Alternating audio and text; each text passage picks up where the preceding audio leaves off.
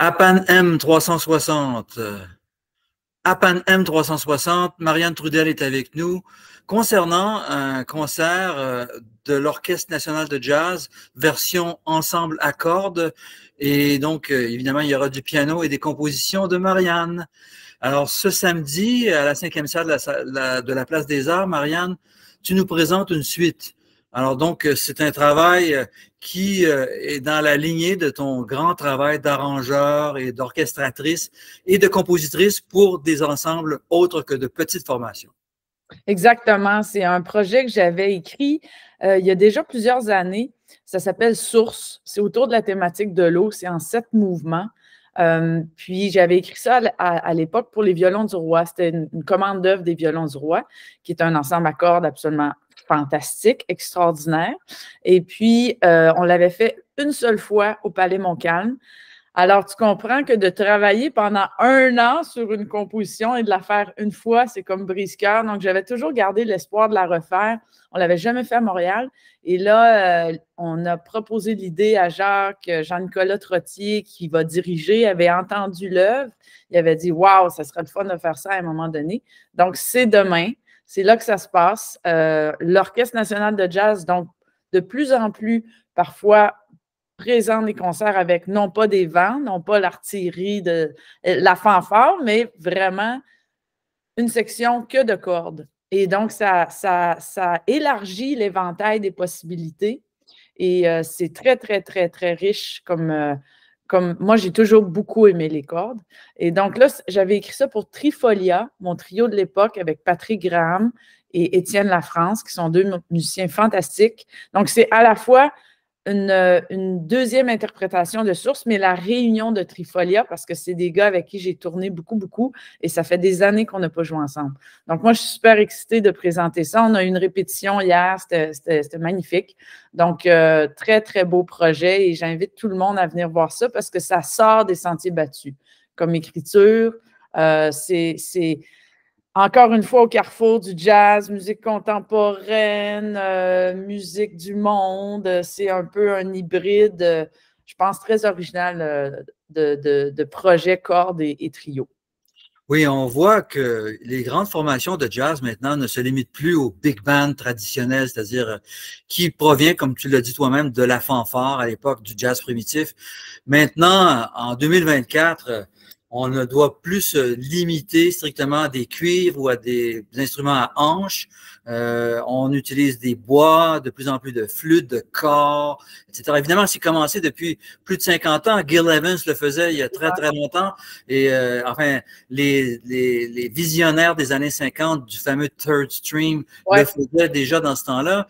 Mais ça n'avait pas connu une croissance fulgurante à partir des années 60. Et là, maintenant, en 2024, c'est vraiment revenu et on convient qu'une grande formation doit utiliser toutes sortes de moyens, que ce soit les formations d'ensemble à cordes, comme c'est le cas actuellement, enfin, dans le cas qui nous occupe, mon œuvre et ça. Alors, ce qui est effectivement dommage aussi, c'est que c'est si peu joué. On la travaille une fois, on ne peut plus jamais la jouer. C'est arrache-cœur.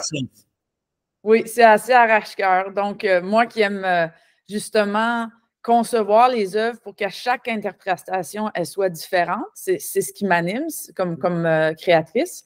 Alors, si c'est joué une fois, ben, disons que le concept peut être un petit peu moins vérifié.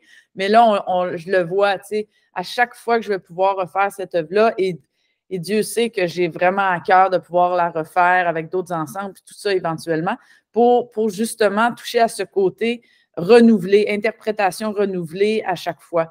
Parce qu'il y a beaucoup de sections où c'est dans le moment. Le trio fait quelque chose on the spot, comme on dirait, et l'orchestre doit réagir en conséquence. Donc, c'est très écrit, mais avec des plages d'improvisation qu'on doit être vraiment à l'affût, et c'est fun pour les cordes aussi parce que c'est un autre type d'approche que juste la partition. Il y a vraiment une dimension à l'affût comme ça qui donne une belle énergie à tout ça.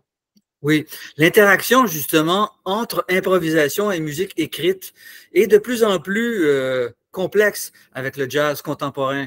Oui. C'est-à-dire que on avait toujours à l'époque, chorus, introduction, chorus, solo et un saxophoniste ténor le meilleur saxophoniste du Big Band se levait. Après ça, c'était le meilleur tromboniste. Après ça, le meilleur trompettiste, etc., etc.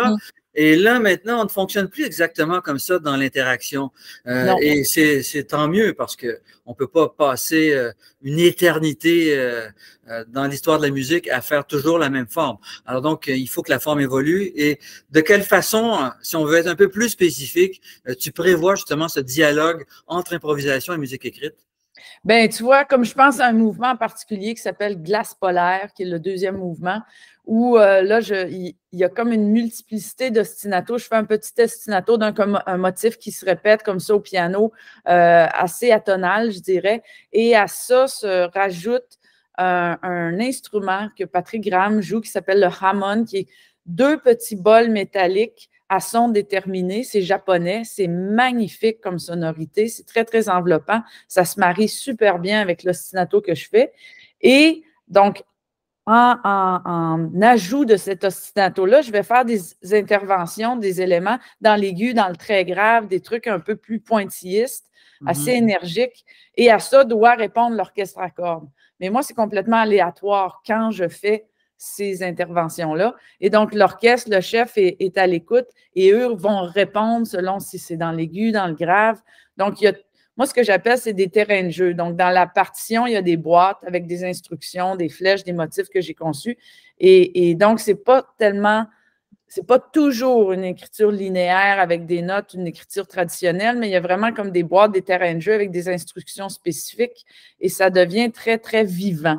C'est que ça crée un truc hyper vivant et à l'écoute. Moi, ce qui m'intéresse dans la musique, évidemment, ça a l'air comme simple, mais parfois on l'oublie, c'est être à l'écoute. Parce qu'on travaille beaucoup, malheureusement, avec la vue, la partition. On est là, on focus comme ça, mais d'ouvrir les oreilles à 300% pour permettre vraiment une connexion encore plus profonde. C'est ce que j'essaie de créer par différentes techniques d'écriture pour vraiment que les musiciens, le chef, le trio soient comme 100% là. Donc, il y a toutes sortes de mouvements comme ça où il y a des sections comme ça. Il y a des mouvements un peu plus traditionnels, entre guillemets, où c'est une écriture parce que j'ai eu envie de ne pas faire le trio qui s'amuse avec des pads de cordes en arrière, là, des ballons qu'on a. Le tapis. Le tapis, c'est vraiment pas ça que je voulais avoir. Donc, il y a du stock pour les cordes en masse. Et j'ai eu envie aussi de me rapprocher de la tradition classique qui fait partie de moi dans l'écriture des cordes. Donc, il y a des mouvements un peu plus classiques, entre guillemets, dans l'harmonie, dans l'écriture. Il y a d'autres trucs qui sont beaucoup plus contemporains. Donc, on voyage à travers tout ça, puis j'aime que chaque mouvement est très, très contrasté. C'est comme 7 petites planètes sonores différentes, ce que j'apprécie. Donc, je pense que ça va être vraiment le fun pour les gens, pour le public. Évidemment, les cordes, de manière générale, sauf exception, il y en a de plus en plus d'improvisateurs et improvisatrices aux cordes. Il y a moins d'improvisation, on présume, du côté des cordes elles-mêmes. Alors donc, c'est beaucoup plus dans le jeu de la musique écrite que les cordes s'expriment et pas dans l'impro, n'est-ce pas? C'est un petit peu un hybride parce qu'il y a des sections où ils ont certains éléments à jouer, ils sont complètement libres de les jouer à leur façon, dans l'ordre qu'ils veulent, à la vitesse, au tempo qu'ils veulent. Donc, il y a une part d'improvisation, mais ils ne sont pas lancés complètement dans le vide. Let's go, les cordes improvisées, là. C'est pas comme ça. Disons que je les accompagne, je les encadre d'une certaine façon, mais ils ont une part de liberté. Il y a une part de liberté. OK, je vois. Et évidemment, la prochaine étape, ce serait d'enregistrer tout ça et en faire un album. Ah, mon Dieu, ça serait un rêve. On avait enregistré le concert au Palais Montcalm et c'est tellement beau. C'était un enregistrement que j'avais fait pour avoir une archive, mais ça sonne quand même pas mal très bien. Alors, oui, ça sera un rêve, c'est sûr, c'est sûr. C'est tellement une belle planète riche et qui permet un autre type d'écriture, évidemment, que pour le Big Band. J'aurais jamais pu écrire ce genre de truc-là pour le Big Band, donc ça ouvre les possibilités. Oui, et évidemment aussi, les cordes qui sont dans l'Orchestre national de jazz sont plus enclines à l'impro, au feeling jazz que, par exemple, les violons du roi. Oui, mais les violons du roi, ils sont comment dire, ils étaient tellement ravis de plonger dans un truc comme ça qui était complètement différent pour eux. Et c'est des musiciens tellement extraordinaires que vraiment, j'ai que des éloges à faire. La rencontre a été magnifique. Donc, ce qui prouve aussi que, tu sais, le clivage musicien classique, musicien jazz qu'on veut toujours, là, moi, là, j'y crois pas vraiment. C'est-à-dire qu'avec l'ouverture d'esprit, l'ouverture des oreilles, pour moi, tout est possible. Et c'était une belle preuve de ça avec les violons du roi et on le voit encore ce soir. Je répète ce soir, on a répété hier soir et on le fait demain. Donc, la musique, c'est des vibrations, c'est des sons. Puis moi, j'ai toujours voulu penser ça de façon sans limite. Donc, je crois beaucoup au sans limite. Exactement. De toute façon, c'est clair et net. On pouvait en douter il y a 1 décennie, 2 décennies, 3 décennies, mais maintenant, les musiques écrites de haut niveau et les musiques improvisées de haut niveau ne forment qu'un seul monde. Exactement. Et ça va être de plus en plus uni au fil des décennies à venir. Je vote pour toi. Moi, je Alain vote pour Brunet toi comme président. Et on vote pour toi aussi, comme, ben, évidemment, c'est toi la présidente. Nous, on est simplement des messagers. Oh.